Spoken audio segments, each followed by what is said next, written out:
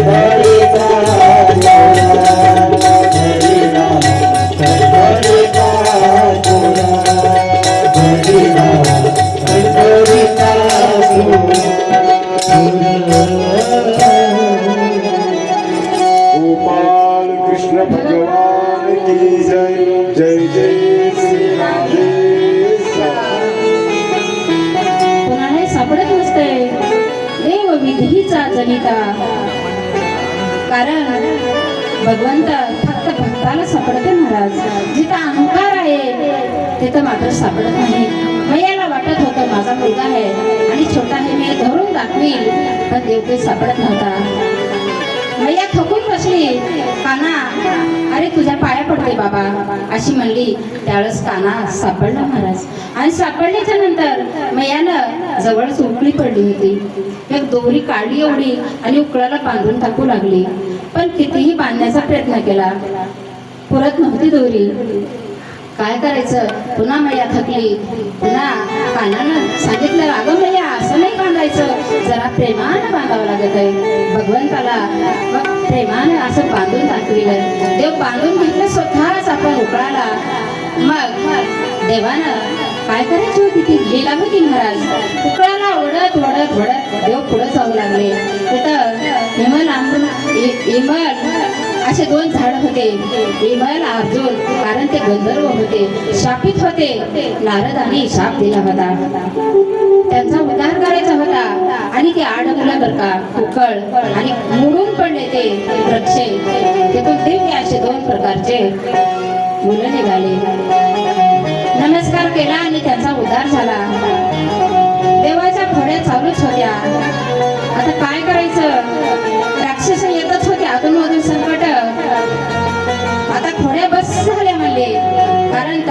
मध्ये प्रत्येक गोवळणी काय करत होत्या, अहो यशोदामय्या कारण कृष्णाला सांगावे आणि गोकुळी राहावी का जावे असं म्हणू लागल्या.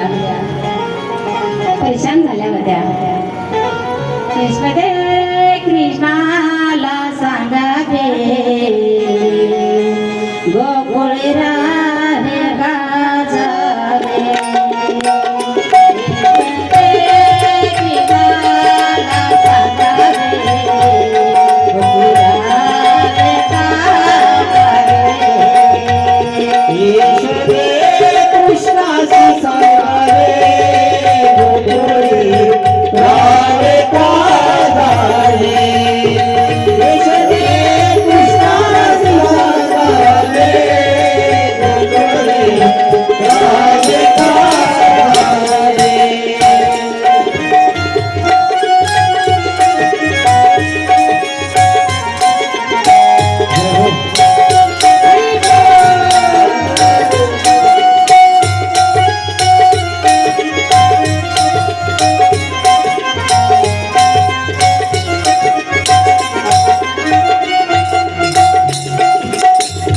गोपाल कृष्ण भगवान की जय.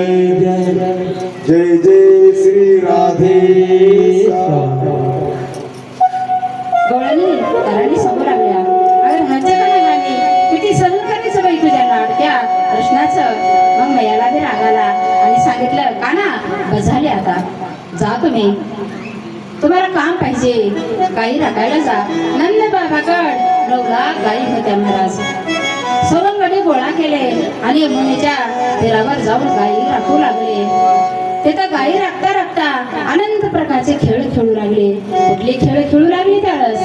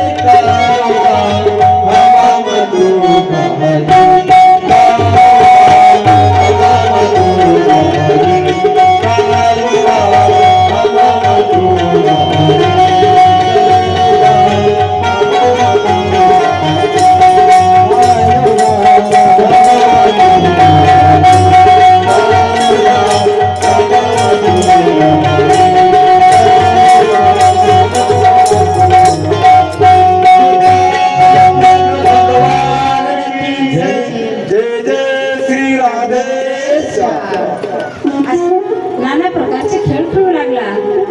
हा मामा होतो तो गुरगोडी कानुबा खेळ जाऊ जाऊ नको कानुबा खेळ जाऊ जाऊ नको कानुबा खेळ जाऊ जाऊ नको किती करसी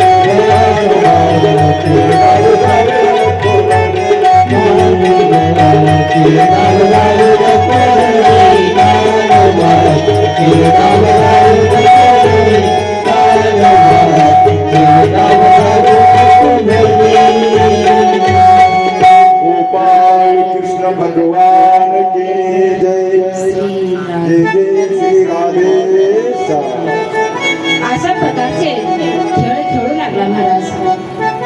आता खेळ खेळून खेळून दम आला त्यांना आणि भूक लागली. म्हणू लागले चला आपण शिदोरी खाऊ. शिदोरी खायला गेले आणि एक बोबड्या नावाचा सवंगडी होता. त्यांनी सांगू लागला काना अरे सगळ्यांनी शिदोरी आणल्या मी मात्र गरीबच आहे बाबा माझ्याकडे शिदोरीच नाही ना. मग शिदोरी कुठली खायची. कानानं सांगितलं तो माझी शिदोरी खाय. कानानं सगळ्याला जवळ घेऊन बसायचं आणि जीव घालायचं आणि त्यांचं काहीच म्हणायचं नाही. सगळ्यांचं आणलेलं आपण पण खायचं. एका दिवशी एवढा भक्ती भावानं शिळ ताक आणलं होतं महाराज. मंगल नावाचा गोपी होता सवंगडी. त्याच्याजवळ काहीच नव्हतं पण फक्त ताक होतं. ताकच घेऊन आला होता.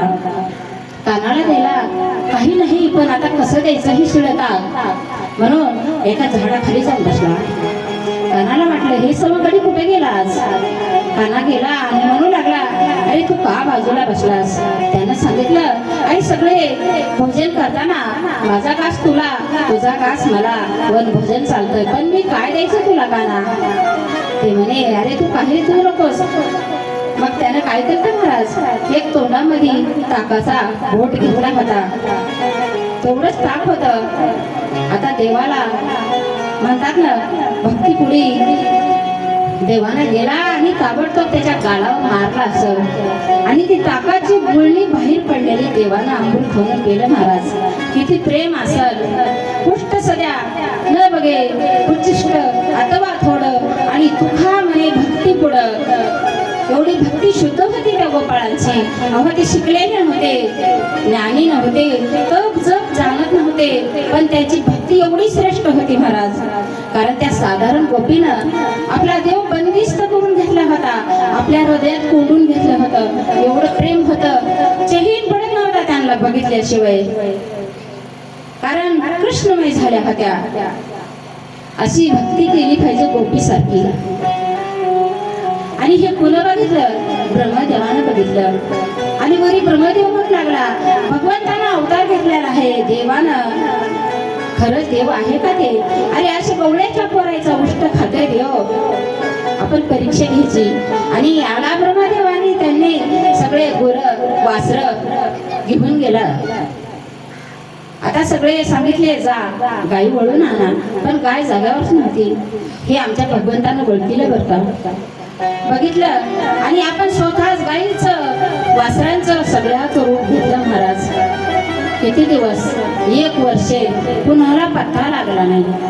रोज तेवढं दूध निघायचं तशाच गाई दिसायच्या.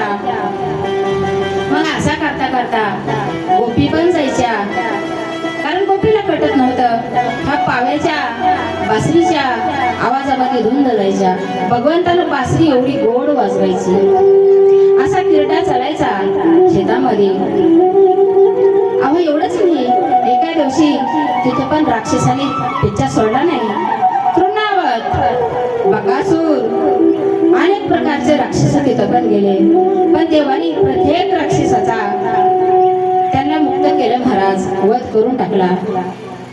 असं चालत असताना एक दिवस असा घरामध्ये सुगंध सुटला होता आणि विचारलं भगवंताने मैया एवढे पदार्थ का करतात.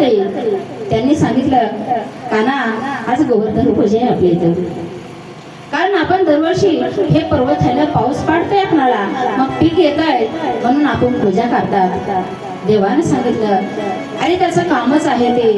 ज्याचे काम ज्यांना लावून दिलेले ते तिनं करणंच आहे. त्यांचं कर्तव्य आहे. का पूजा करतायत आपण. तुम्ही कष्ट करतात.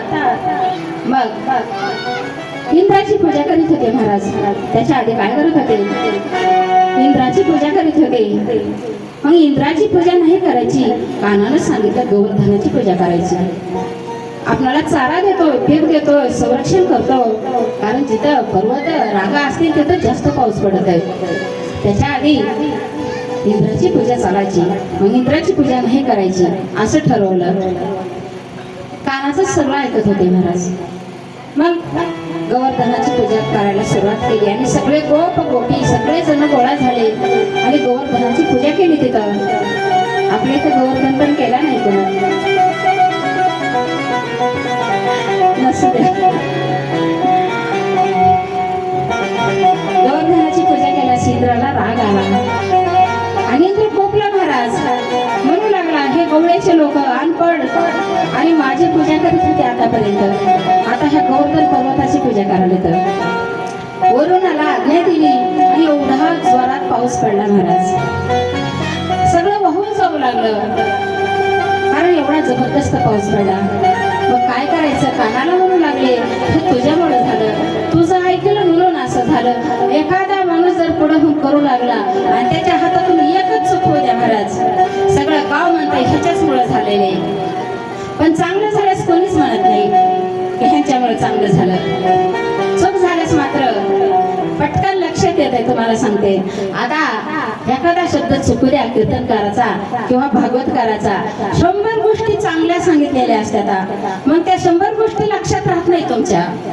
एक गोष्ट जर चुकलेली असली ना ताबडतोब म्हणतात त्या भागवतकाराची ही गोष्ट चुकली होती. कीर्तनकाराचा वेळ असंच आहे, तुमच्या गावचं असू द्या आमच्या गावचं, कारण चूक लय पटकन लक्षात येते. चूक होत असते कारण माणूस चुकीचा पुतळा आहे आणि जे चुकतं त्यालाच माणूस म्हणतात. जे कधी चुकत नाही ते देव असते बरं का. मग चूक झाली कानामुळं, काय करायचं, काना बघ आता काहीतरी कर. काना म्हणला, घाबरू नका आणि माझ्या भगवंतानं एवढा जगाचा भार उचलतोय आणि पर्वत आहे त्यांच्या पुढं. अहो एका करणगळीवर पहाड उभा केला आणि सगळ्यांचं रक्षण केले तिथं. काही इंद्र कोपलावरी शिलावर